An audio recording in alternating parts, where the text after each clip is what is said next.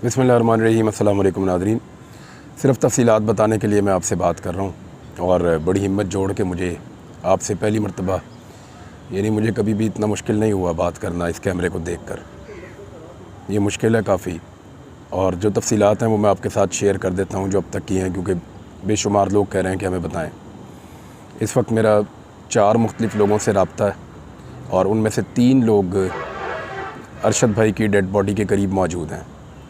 वहीं पे जिस जगह ये वक़ूआ हुआ है उससे लगभग कोई 70 से 80 किलोमीटर दूर वो एरिया मुर्दा खाना है, जहाँ पे अरशद शरीफ भाई को पहुँचाया गया और वहाँ पे इस वक्त जब मैं ये रिकॉर्डिंग कर रहा हूँ तो पोस्टमार्टम हो रहा है उनका। और मुझे मेरे दोस्त ने बताया है कि पोस्टमार्टम में लगभग 2 घंटे 1.5 घंटा इतना टाइम लगेगा और उसके बाद वो बाकी कार्रवाई के बाद बॉडी हमारे हवाले करेंगे। मैंने उनसे गुजारिश की है कि आप जो हमारा इस्लामी तरीक़ाकार है उसके मुताबिक आप बंदोबस्त करें, क्योंकि बॉडी को बॉक्स में शिफ्ट किया जाएगा और उससे पहले कुछ अद्वियात हैं वो इस्तेमाल की जाती हैं और वो बॉक्स फिर नहीं खोला जाता। तो मैंने उनसे कहा कि मुकम्मल जो इस्लामी आदाब हैं, जो तरीक़ाकार है उसके मुताबिक गुस्ल देने के बाद आप उन तमाम चीज़ों का ख़्याल रखिए। तो जो दोस्त वहाँ मौजूद हैं उन्होंने वादा किया है कि वो हमारी कमी वहाँ नहीं होने देंगे। और इंसिडेंट के बारे में मैं आपको बता देता हूँ, ये कल रात का इंसिडेंट था। उनकी पुलिस ने ये क्लेम किया है कि उन्होंने एक्चुअली पहचाना नहीं, गलती से गलत लोगों के साथ मुठभेड़ हुई है और गोली चली और उसमें मकामी जो सहाफ़ी हैं वो ये कह रहे हैं कि 9 गोलियाँ उन्होंने चलाई हैं, एक टायर को भी लगी है और मुख्तलिफ़ गाड़ी के एरिया से हिट हुई हैं और एक गोली जो है वो अरशद भाई के जो सर में लगी है वो काज़ ऑफ डेथ बताई जा रही है, उसकी वजह से वो शहीद हो गए। पाकिस्तान में सुबह से लोग मुख्तलिफ़ बातें कर रहे हैं, कोई कुछ कह रहा है, कोई कुछ कह रहा है। मेरे ख़्याल में अरशद भाई की डेड बॉडी को आने दें, उनको शायान शान तरीके से हम दफन कर लें, सपुर्दे खाक कर लें, तो उसके बाद फिर बाकी चीज़ों पे बात करेंगे। सवालात तो हमारे दिमाग में बहुत हैं।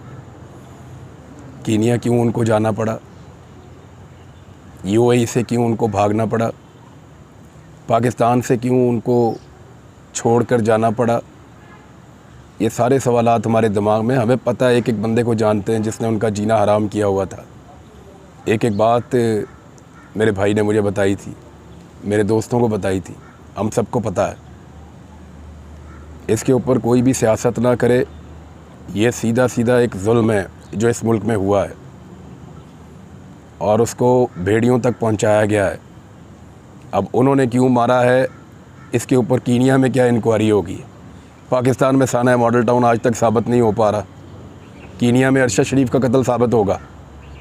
कीनिया की पुलिस के बारे में ज़रा कीनिया के सहाफ़ियों की राय लेकर देख लें, कीनिया की पुलिस के बारे में ज़रा कीनिया के लोगों की राय लेकर देख लें, तो सब लोग अपनी अपनी बात करेंगे। जो लोग यहाँ इस्लामाबाद पुलिस की रिपोर्टें कहते हैं जी बड़ी शानदार हैं, वो अब कीनिया की पुलिस की रिपोर्टें जारी कर रहे हैं। हमारे दिल पहले ज़ख्मी हैं, उसके ऊपर और घाव लगा रहे हैं। कोई बात नहीं, ये वक्त गुजर जाएगा, लेकिन अरशद अब वापस नहीं आएगा। मैं सिर्फ़ आपको ये कहना चाहता हूँ और इतनी सी बात कहना चाहता हूँ कि हम अरशद शरीफ को डिज़र्व नहीं करते थे। हम 22 करोड़ लोगों में इतनी जुर्रत नहीं थी कि एक सच बोलने वाले आदमी को अपने मुल्क में संभाल लेते। 22 करोड़ के लिए बोलने वाला 22 करोड़ लोगों ने अकेला छोड़ दिया था। उनके रहमो करम के ऊपर जिन्होंने उसके लिए पाकिस्तान की ज़मीन तंग कर दी। हम सबसे बेहतर था, हम सबसे बहादुर था, हम सबसे अच्छा इंसान था, हम सबसे बड़ा आदमी था और हम लोगों ने उसकी कदर नहीं की। मैंने एक दिन कहा था कि अरशद शरीफ हमारी रेड लाइन है, इसको क्रॉस करोगे तो हम रिटेलिएट करेंगे। हर वो आदमी जिसने उसके लिए पाकिस्तान की ज़मीन को तंग किया, उसने हमारी रेड लाइन क्रॉस की है। हर वो आदमी जिसकी वजह से उसको पाकिस्तान से जाना पड़ा, उसने हमारी रेड लाइन क्रॉस की है। हमें बहुत तकलीफ़ दी है, बहुत तकलीफ़ दी है। हम याद रखेंगे। अरशद शरीफ की वालदा का एक ही हुक्म है कि मेरे बेटे को लेकर आओ और शायान शान तरीके से उसको दफन करो। जीते जी आप लोगों ने एक बहादुर और सच्चे आदमी की कदर नहीं की है, हम उसकी कदर नहीं कर सके। उसके जाने पे यहाँ पे लोगों ने मजाक उड़ाने की कोशिश की। जिस मुल्क में वो गया वहाँ पे उसके लिए जीना हराम कर दिया। कौन लोग थे जिन्होंने ये किया, सबको पता है। वहाँ से अगले मुल्क में चला गया। क्या ऐसे ही वहाँ चलते हुए आदमियों को सड़कों पे मार दिया जाता है हादसात में? क्या गोली सिर्फ अरशद शरीफ को ही लगनी थी?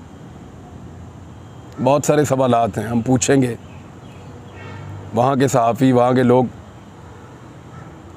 वो भी कुछ ना कुछ हमें बताएंगे। ऐसे कत्ल छुपा तो नहीं रह जाएगा। और लोग जानते हैं कि ये हालात किसने पैदा किए अरशद शरीफ के लिए, हम सबको इस बात का पता है।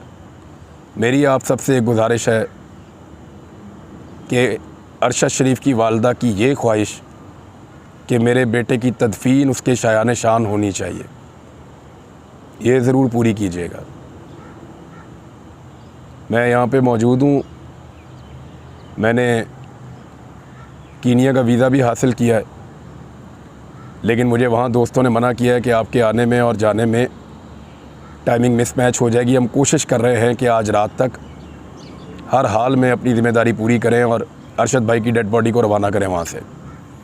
तो ये कोई 10 घंटे 11 घंटे इसमें लग सकते हैं। तो उम्मीद है कि कल सुबह तक शायद डेड बॉडी पाकिस्तान में पहुंच जाए। तो आप सबसे मेरी ये गुजारिश है कि उसको वो प्रोटोकॉल आप दीजिएगा जो एक हीरो को ज़िंदा कौमें देती हैं। ज़िंदगी में तो हम उसकी कदर नहीं कर सके। सारे सवालों के जवाब दूंगा। ये जितने लोग उछल कूद कर रहे हैं, ये जितने लोग इस मामले के ऊपर सियासत कर रहे हैं, ये जितने लोग इस वक्त हमारे दिलों को छन्नी कर रहे हैं, इन सबको जवाब देंगे, बताएंगे इन सबको। ये भी बताएंगे वो कौन था जिसकी वजह से ये सब कुछ हो रहा है। लेकिन अभी आप सबसे गुजारिश है कि जब अरशद पाकिस्तान पहुँचे तो जब वो पाकिस्तान को छोड़ रहा था तो वो अकेला महसूस कर रहा था, तन्हा महसूस कर रहा था, कमज़ोर। उन ताकतवर लोगों के सामने चट्टान की तरह वो खड़ा रहा, लेकिन अकेला था। जब वो वापस आए तो उसको अकेला नहीं लगना चाहिए। हम सब जाएंगे और आप सबकी राह देखेंगे। अरशद को आखिरी आरामगाह तक हम सबको मिलकर लेकर जाना है। अब उसको अकेला नहीं छोड़ना। बहुत शुक्रिया आपका।